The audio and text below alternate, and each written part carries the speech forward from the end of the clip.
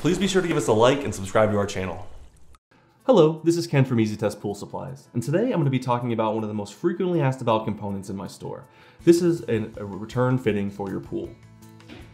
As you can see, this will sit on either side of the pool wall to direct water back into the pool after it's been filtered through the pump. There are 3 gaskets inside, 2 vinyl and 1 cork. Vinyl gaskets will sit on the inside of the wall and the outside of the wall, with the cork fitting sitting between the liner and the pool wall. At that point, the lock nut can be tightened down for a secure fitting on your pool. On the front here, you'll notice the eyeball. This guy right here is what's actually going to direct the water. This can be angled any way you like in your pool for best circulation. Usually a good rule is to have it facing away from the skimmer to create a better circulation around the pool. Now, to remove this, you'll undo the top part here and remove the eyeball.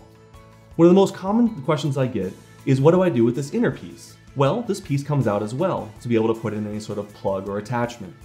You should be able to get it out by hand, but on the occasion that it's too tight, there's a product called a seat removal tool. This right here fits into the inside slots there and will help loosen up the pool fitting so you're able to remove it. Once that's done, to winterize the pool, you're able to put in your standard number 10 expansion plug. This guy fits in there nice and tight and you're able to put it in.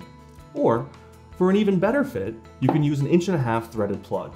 This guy again will just thread straight inside there and lock off the return fitting for the winter, or for any sort of maintenance. One of the best-selling attachments we have for this return is the Infusion Fitting that will help heat up your pool water. This guy will thread right into the existing threads, and while it will circulate your water, it also sends water down, mixing it up, creating a warmer temperature in the pool overall. For any further questions, check us out on our website or come on down to any of our locations. Thank you.